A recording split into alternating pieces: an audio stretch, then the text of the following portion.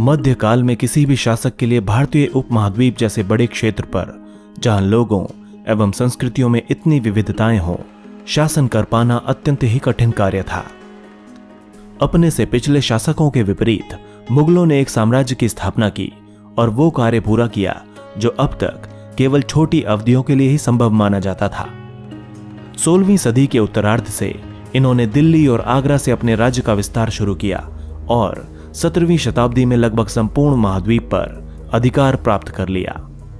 उन्होंने प्रशासन के ढांचे तथा शासन संबंधी जो विचार लागू किए वे उनके राज्य के पतन के बाद भी टिके रहे। ये एक ऐसी राजनैतिक धरोहर थी जिसके प्रभाव से उपमहाद्वीप में उनके पश्चात आने वाले शासक भी अपने को अछूता न रख सके। आज भारत के प्रधानमंत्री स्वतंत्रता दिवस पर मुगल शासकों के निवास स्थान दिल्ली के लाल किले की प्राचीर से राष्ट्र को संबोधित करते हैं। मुगल कौन थे? दरअसल मुगल 2 शासकों के वंशज थे। माता की ओर से वे मंगोल शासक चंगेज खां से संबंध रखते थे, जो चीन और मध्य एशिया के कुछ भागों पर राज किया करता था। पिता की ओर से वे ईरान, इराक व वर्तमान तुर्की के शासक तैमूर के वंशज थे, जिसकी मृत्यु 1404 में हुई थी। परंतु मुगल अपने को मुगल या मंगोल कहलवाना पसंद नहीं करते थे। ऐसा इसलिए था क्योंकि चंगेज खां से जुड़ी स्मृतियां सैकड़ों व्यक्तियों के नरसंहार से संबंधित थी। यही स्मृतियां मुगलों के प्रतियोगियों उज़्बेकों से भी संबंधित थी।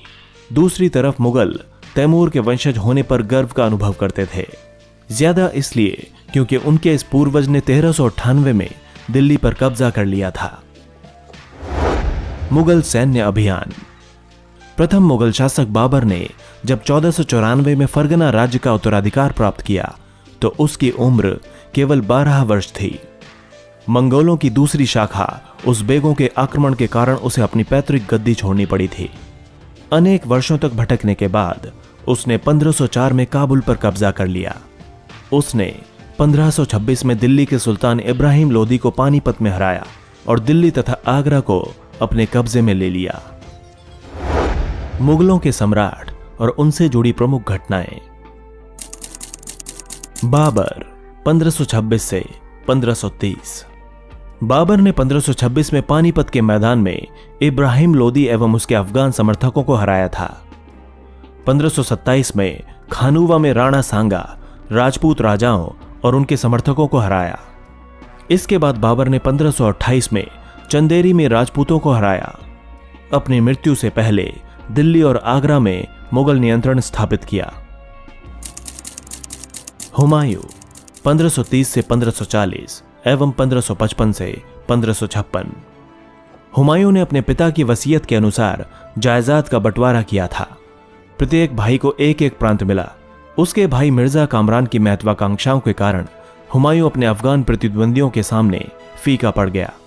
शेर खां ने उसे 2 बार हराया, 1539 में चौसा में और 1540 में कन्नौज में।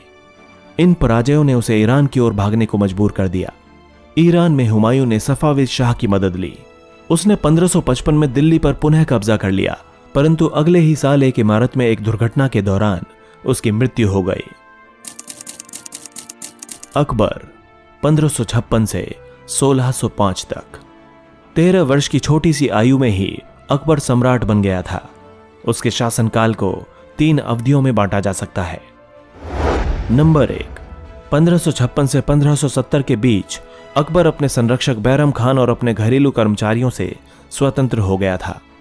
उसने सूरी और अन्य अफगानों, निकटवर्ती राज्यों मालवा और गोंडवाना तथा अपने सौतेले भाई मिर्जा हाकिम और उज़्बेकों के विद्रोहों को दबाने के लिए कई सैन्य अभियान चलाए। उसने साल 1568 में सिसोड़ियों की राजधानी चित्तौड़ और 1569 में रणथंबोर पर कब्जा कर लिया था। नंबर 2, अकबर ने 1570 और 1585 के बीच गुजरात के विरुद्ध सैनिक अभियान चलाए। इन अभियानों के पश्चात उसने पूर्व में बिहार, बंगाल और उड़ीसा में अभियान चलाए, जिन्हें 1579-80 में मिर्जा हाकिम के पक्ष में हुए विद्रोह ने और जटिल कर दिया। नंबर 3, 1585 से 1605 के बीच अकबर के साम्राज्य का विस्तार हुआ। उत्तर पश्चिम में अभियान चलाए गए। अकबर ने सफाविदों को हराकर कांधार पर कब्जा कर लिया और कश्मीर को भी जोड़ लिया। मिर्जा हाकिम के मृत्यु के पश्चात काबुल को भी उसने अपने राज्य में मिला लिया था। दक्कन के अभियानों की शुरुआत हुई और बरार, खानदेश और अहमदनगर के कुछ हिस्सों को भी उसने अपने राज्य में मिला लिया था। अपने शासन के अंतिम वर्षों में अकबर की सत्ता राजकुमार सलीम के विद्रोहों के कारण लड़खड़ा गई थी। यही सलीम आगे चलकर सम्राट जहांगीर कहलाया। जहांगीर 1605 से 1627। जहांगीर ने अकबर के सैन्य अभियानों को आगे बढ़ाया। मेवाड़ के सिसोदिया शासक अमर सिंह ने मुगलों की सेवा स्वीकार की। इसके बाद सिखों, अहोमों और अहमदनगर के खिलाफ अभियान चलाए गए, जो पूरी तरह सफल नहीं हुए। जहांगीर के शासन के अंतिम वर्षों में राजकुमार खुर्रम ने उनके खिलाफ विद्रोह कर दिया था। यही राजकुमार खुर्रम आगे चलकर शाहजहां के नाम से प्रसिद्ध हुए। जहांगीर की पत्नी नूरजहां ने शाहजहां को हाशिए पर धकेलने के प्रयास किए, जो असफल रहे।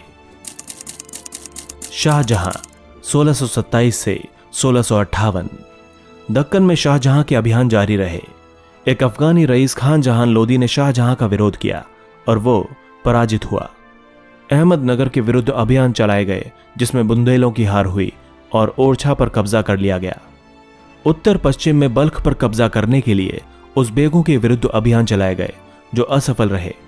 परिणाम स्वरूप कांधार सफाविदों के हाथ में चला गया। 1632 में अंततः अहमदनगर को मुगलों के राज्य में मिला लिया गया और बीजापुर की सेनाओं ने सुलह के लिए निवेदन किया।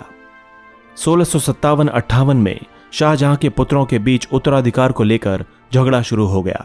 इसमें औरंगजेब की विजय हुई और दारा शिकोह समेत उसके 3 भाइयों को मौत के घाट उतार दिया गया। शाहजहां को उसकी बाकी की जिंदगी के लिए आगरे के किले में कैद कर दिया गया। औरंगजेब 1658 से 1707। 1663 में उत्तर पूर्व में अहोमों की पराजय हुई, परंतु उन्होंने 1680 में दोबारा विद्रोह किया। उत्तर पश्चिम में यूसुफ जई और सिखों के विरुद्ध अभियानों को अस्थायी सफलता मिली।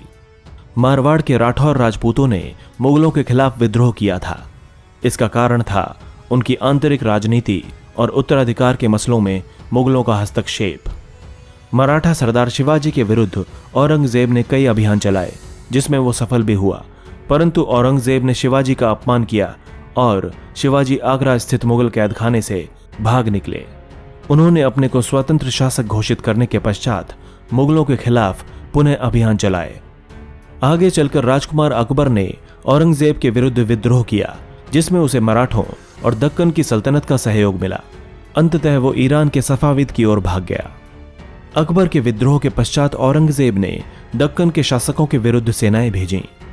1685 में बीजापुर और 1687 में गोलकुंडा को मुगलों ने अपने राज्य में मिला लिया।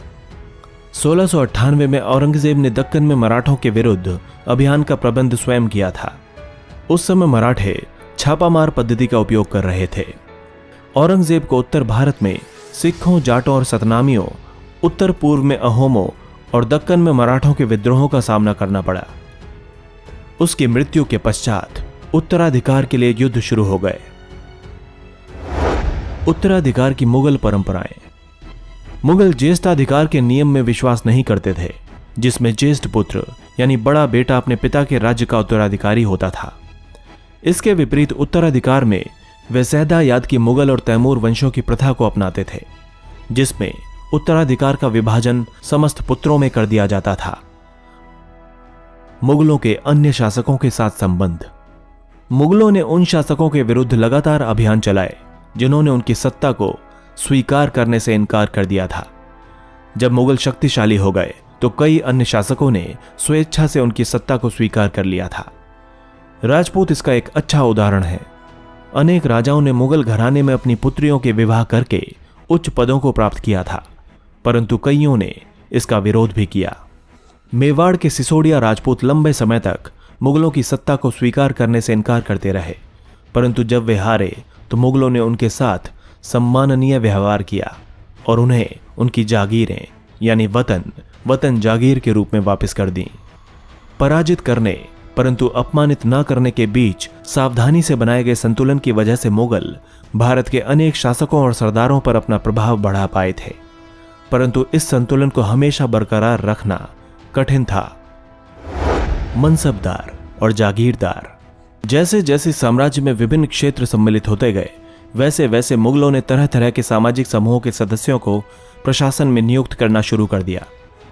शुरू में ज्यादातर सरदार तुर्की या तुरानी थे, लेकिन अब इस छोटे समूह के साथ साथ उन्होंने शासक वर्ग में ईरानियों, भारतीय मुसलमानों, अफगानों, राजपूतों, मराठों और अन्य समूहों को भी सम्मिलित किया। मुगलों की सेवा में आने वाले नौकरशाह मनसबदार कहलाते थे।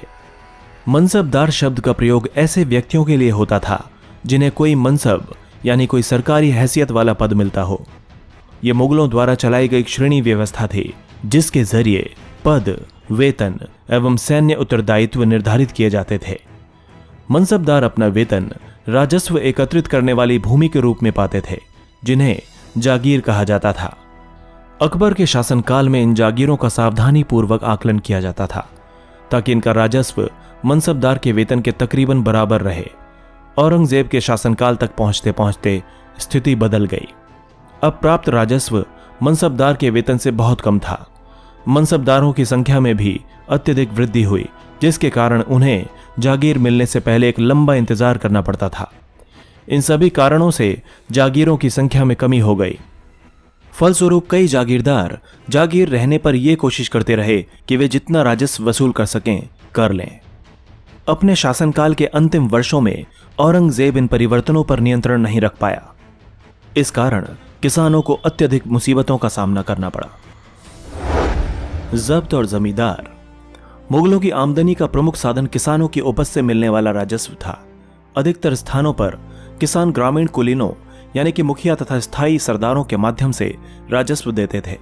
समस्त मध्यस्थों के लिए, चाहे वे स्थानीय ग्राम के मुखिया हो या फिर शक्तिशाली सरदार हों, मुगल एक ही शब्द जमींदार का प्रयोग करते थे।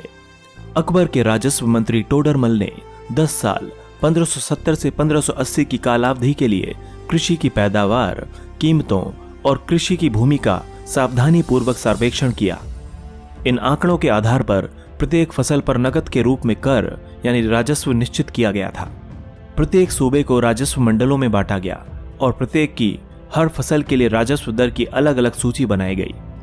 राजस्व प्राप्त करने की इस व्यवस्था को जब्त कहा जाता था। यह व्यवस्था उन स्थानों पर प्रचलित थी जहां पर मुगल प्रशासनिक अधिकारी भूमि का निरीक्षण कर सकते थे और सावधानी पूर्वक उनका हिसाब रख सकते थे। ऐसा निरीक्षण गुजरात और बंगाल जैसे प्रांतों में संभव नहीं हो पाया। कुछ क्षेत्रों में जमींदार इतने शक्तिशाली थे कि मुगल प्रशासकों द्वारा शोषण किए जाने की स्थिति में वे विद्रोह कर सकते थे। कभी कभी एक ही जाति के जमींदार और किसान मुगल सत्ता के खिलाफ मिलकर विद्रोह कर देते थे। 17वीं शताब्दी के आखिर से ऐसे किसान विद्रोहों ने मुगल साम्राज्य के स्थायित्व को काफी चुनौती दी। अकबर की नीतियां। प्रशासन के मुख्य अभिलक्षण अकबर ने निर्धारित किए थे और इनका विस्तृत वर्णन अबुल फजल की अकबरनामा विशेषकर आईने अकबरी में मिलता है। अबुल फजल के अनुसार साम्राज्य कई प्रांतों में बटा हुआ था, जिन्हें सूबा कहा जाता था। सूबों के प्रशासक सूबेदार कहलाते थे, जो राजनीतिक तथा सैनिक दोनों प्रकार के कार्यों का निर्वाह करते थे। प्रत्येक प्रांत में एक वित्तीय अधिकारी भी होता था, जो दीवान कहलाता था। कानून और व्यवस्था बनाए रखने के लिए सूबेदार को अन्य अफसरों का सहयोग प्राप्त था, जैसे कि बख्शी यानी सैनिक वेतन अधिकारी, सदर यानी धार्मिक कार्यों वाला मंत्री, फौजदार यानी सेना नायक और कोतवाल यानी नगर का पुलिस अधिकारी। अकबर के अभिजात बड़ी सेनाओं का संचालन करते थे और बड़ी मात्रा में राजस्व खर्च करते थे। जब तक वे वफादार रहे, साम्राज्य का कार्य सफलतापूर्वक चलता रहा। परंतु 15वीं सदी के अंत तक कई अभिजातों ने अपने स्वतंत्र ताने बाने बुन लिए थे। साम्राज्य के प्रति उनकी वफादारी उनके निजी हितों के कारण कमजोर पड़ गई थी। 1570 में अकबर जब फतेहपुर सीकरी में था, तो उसने उलेमा, ब्राह्मणों, पादरियों और जरदुश्त धर्म के अनुयायियों के साथ धर्म के मामलों पर चर्चा शुरू की। ये चर्चाएं इबादत खाना में हुई। अकबर की रुचि विभिन्न व्यक्तियों के धर्मों और रीति रिवाजों में थी। इस विचार विमर्श से अकबर की समझ बनी कि जो विद्वान धार्मिक रीति और मतांधता पर बल देते हैं, वे अक्सर कट्टर होते हैं। उनकी शिक्षाएं प्रजा के बीच विभाजन और असामंजस्य पैदा करती हैं। यह अनुभव अकबर को सुलह कुल या सर्वत्र शांति के विचार की ओर ले गया। सहिष्णुता की यह धारणा विभिन्न धर्मों के अनुयायियों में अंतर नहीं करती थी, बल्कि इसका केंद्र बिंदु थी नीति शास्त्र की एक व्यवस्था जो सर्वत्र लागू की जा सकती थी, जिसमें केवल सच्चाई, न्याय और शांति पर बल था। अबुल फजल ने सुलह कुल के इस विचार पर आधारित शासन दृष्टि बनाने में अकबर की मदद की। शासन के इस सिद्धांत को जहांगीर और शाहजहां ने भी अपनाया। 17वीं शताब्दी के बाद मुगल साम्राज्य की प्रशासनिक और सैनिक कुशलता के फलस्वरूप आर्थिक और वाणिज्यिक समृद्धि में वृद्धि हुई। विदेशी यात्रियों ने इसे वैसा धनी देश बताया जैसा कि किस्से कहानियों में वर्णित होता है, परंतु यही यात्री इसी प्रचुरता के साथ मिलने वाली दरिद्रता को देखकर विस्मित रह गए। सामाजिक असमानताएं साफ दिखाई पड़ती थीं। मुगल साम्राज्य और उनके मनसबदार अपनी आय का बहुत बड़ा भाग वेतन और वस्तुओं पर लगा देते थे। इस खर्चे में शिल्पकारों और किसानों को लाभ होता था, क्योंकि वे वस्तुओं और फसल की पूर्ति करते थे। परंतु राजस्व का भार इतना था कि प्राथमिक उत्पादकों, किसान और शिल्पकारों के पास निवेश के लिए बहुत कम धन बचता था। इनमें से जो बहुत गरीब थे, मुश्किल से ही पेट भर पाते थे। ऐसी अर्थव्यवस्था में ज्यादा धनी किसान, शिल्पकारों के समूह, व्यापारी और महाजन ज्यादा लाभ उठाते थे। मुगलों के कुलीन वर्ग के हाथों में बहुत धन और संसाधन थे, जिनके कारण 17वीं सदी के अंतिम वर्षों में वे अत्यधिक शक्तिशाली हो गए। जैसे जैसे मुगल सम्राट की सत्ता पतन की ओर बढ़ती गई, वैसे वैसे विभिन्न क्षेत्रों में सम्राट के सेवक स्वयं ही सत्ता के शक्तिशाली केंद्र बनने लगे। इनमें से कुछ ने नए वंशों की स्थापना की और हैदराबाद व अवध जैसे प्रांतों में अपना नियंत्रण जमा लिया। हालांकि वे दिल्ली के मुगल सम्राट को स्वामी के रूप में मान्यता देते रहे, लेकिन फिर भी 18वीं शताब्दी तक साम्राज्य के कई प्रांत अपनी स्वतंत्र राजनैतिक पहचान बना चुके थे। दोस्तों, अगर आपको हमारा वीडियो अच्छा लगा तो प्लीज लाइक करें, शेयर करें और कमेंट करें, और हमारे चैनल हिस्टोरिक हिंदी को सब्सक्राइब करना ना भूलें, ताकि हमारी हर नई वीडियो की अपडेट आपको मिलती रहे। धन्यवाद।